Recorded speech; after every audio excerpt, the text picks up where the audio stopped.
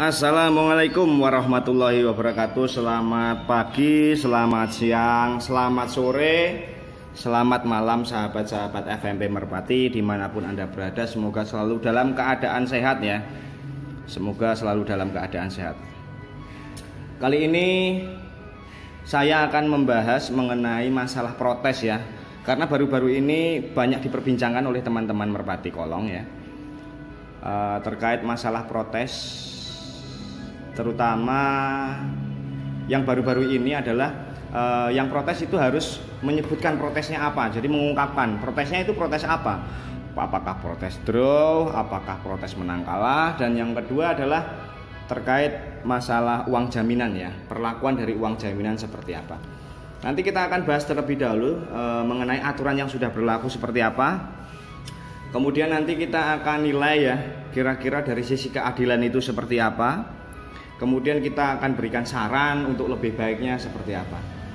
Tapi ya kita ikutilah apa aturan yang ada, karena sebenarnya aturan adalah merupakan kesepakatan bersama ya. Ya harapannya nanti ke depan peraturan akan disesuaikan menurut esensi atau nilai-nilai keadilan ya, biar nanti peserta pun merasa ada rasa keadilan, baik peserta maupun panitia. Oke, akan kita bahas dulu ya. Mungkin saya akan jelaskan melalui tulisan tangan ini biar lebih jelas. Jadi terkait masalah protes ya, protes dan uang jaminan. Uang jaminan. Nah, protes ini dapat diajukan oleh salah satu peserta yang merasa mungkin dirugikan ya, dirugikan dari kepanitiaan, dari keputusan wasit ya.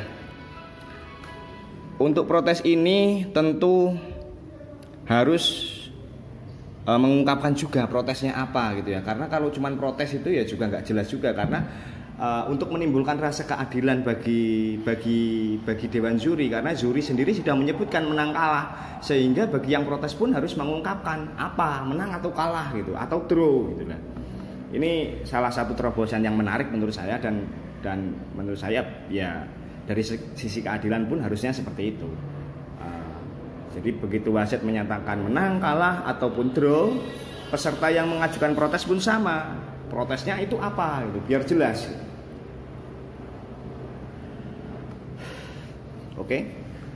Kemungkinan protes itu terjadi apabila ya, misalkan burung A dan burung B. Burung A itu menang, kemudian burung B itu kalah.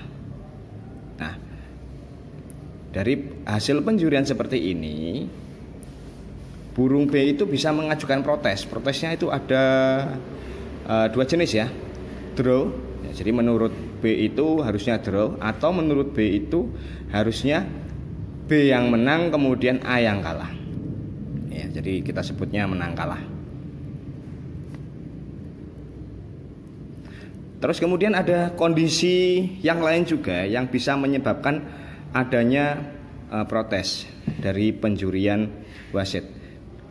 Dalam hal ini misalkan burung A dan B itu dinyatakan draw ya.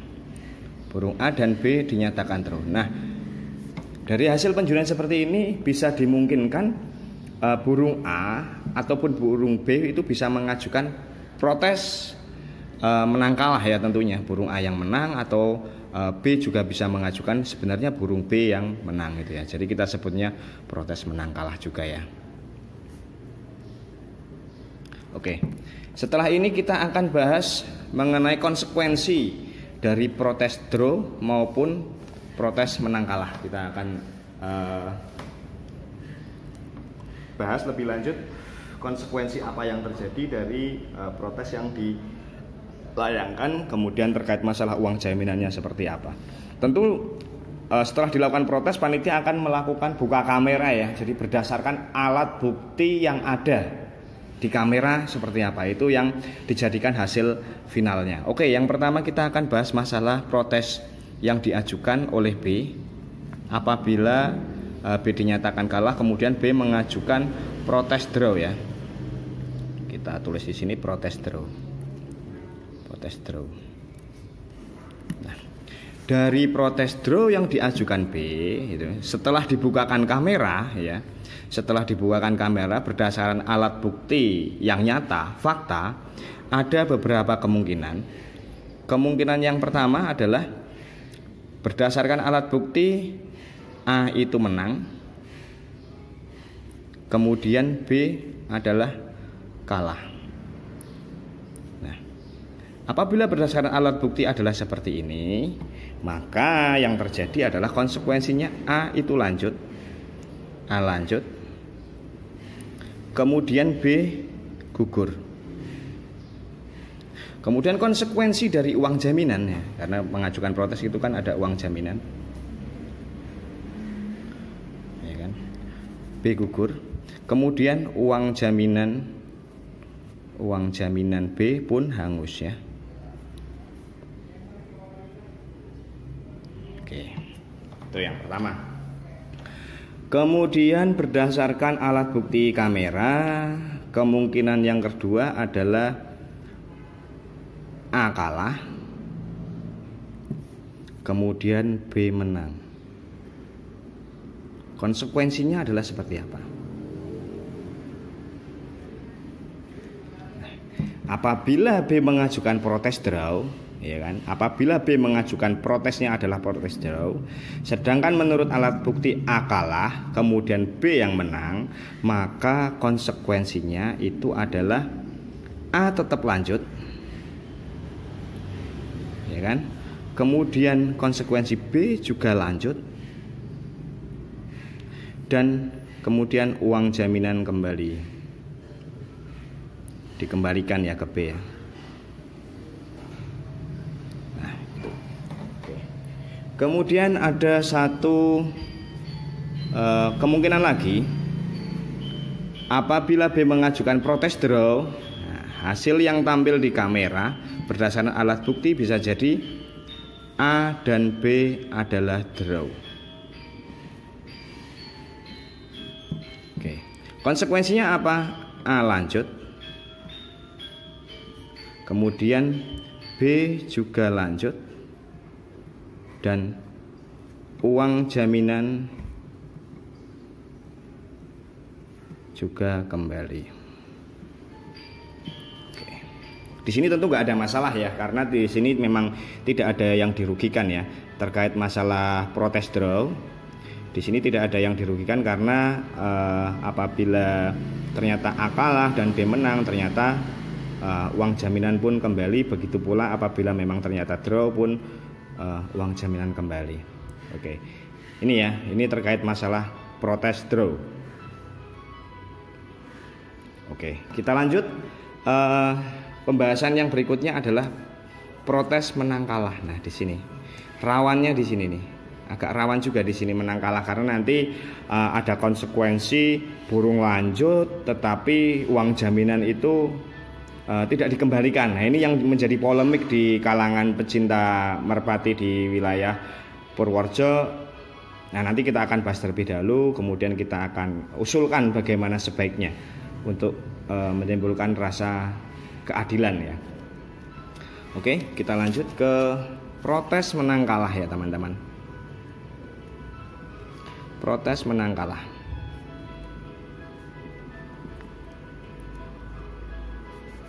Di sini ada uang jaminan. Ini sangat penting sekali kita bahas nanti agar jangan menimbulkan persepsi yang negatif ya, karena sebenarnya iktikat dari pelaksanaan lomba sebenarnya adalah untuk kebersamaan teman-teman pecinta merpati Kolong. Oke. Menurut alat bukti yang tampil di kamera ada beberapa kemungkinan. Jadi tadi kondisinya A dinyatakan menang, kemudian B dinyatakan kalah ya. Nah, B ini bisa mengajukan protes menang kalah. Oke, menurut alat bukti kemungkinan yang pertama A adalah menang, sedangkan B adalah kalah. Dari konsekuensi yang seperti ini, A menang B kalah, maka A adalah lanjut ke babak berikutnya, kemudian B adalah gugur, dan uang jaminan hangus. Gitu ya. Ada kemungkinan yang kedua setelah dibukakan kamera. Kemungkinan yang kedua adalah A kalah sedangkan B menang. Apa konsekuensinya dari alat bukti yang seperti ini? A kalah B menang apabila mengajukan protes menang kalah ya. Apabila mengajukan protes menang kalah, maka A dinyatakan gugur. A dinyatakan gugur, kemudian B dinyatakan lanjut, dan uang jaminan kembali. Oke, itu ya. Nah, ini yang paling ramai ini. Yang paling akhir-akhir ini berbincangkan adalah apabila ternyata pengajuan protes yang dilayangkan oleh B terkait protes menang kalah menimbulkan hasil A dan B adalah draw. Nah, ini menarik. B mengajukan menang kalah, akan tetapi menurut hasil di kamera ternyata A dan B draw. Menurut peraturan yang sudah berlaku akhir-akhir ini, apabila ada alat bukti seperti ini, A dinyatakan lanjut. Nah, ini. Atau dan kemudian B juga dinyatakan lanjut. Nah, ini nanti bisa terjadi terbang ulang ya, kalau kasus seperti ini bisa terjadi terbang ulang. Akan tetapi, nah ini yang jadi masalah. Uang jaminan B hangus. Nah, ini yang jadi masalah bagi teman-teman. Kita lihat ya di sini ya. Menurut penjurian A menang, ya kan? Menurut penjurian A menang, penjurian wasit A menang, kemudian B kalah. B mengajukan protes menang kalah, ya kan? Akan tetapi hasilnya ternyata draw. Nah, kalau draw seperti ini kan berarti panitia juga keliru, ya kan? Panitia ternyata keliru menilai, peserta pun keliru dalam hal mengajukan protes. Nah, akan tetapi konsekuensinya apa? Konsekuensinya adalah uang jaminan hangus. Nah, nanti sebenarnya kasihan sekali dengan B gitu ya, karena B pasti protes.